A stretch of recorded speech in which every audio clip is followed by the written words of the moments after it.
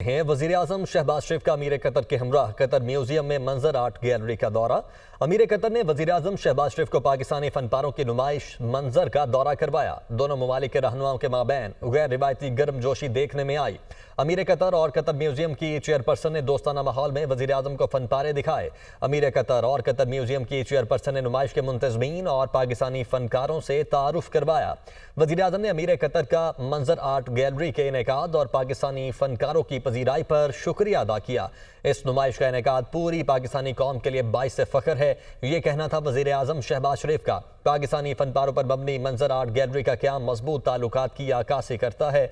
वजीर आजम ने दौरे में मारूफ पाकिस्तानी मामार नैयर अली दादा, पाकिस्तानी मुसव्विरों, फोटोग्राफर्स, खत्तात और दीगर फनकारों से मुलाकात की। नुमाइश में 1940 से लेकर अब तक के पाकिस्तानी मुसव्वरी, फोटोग्राफी, मुजस्समे और दीगर फनपारे शामिल हैं।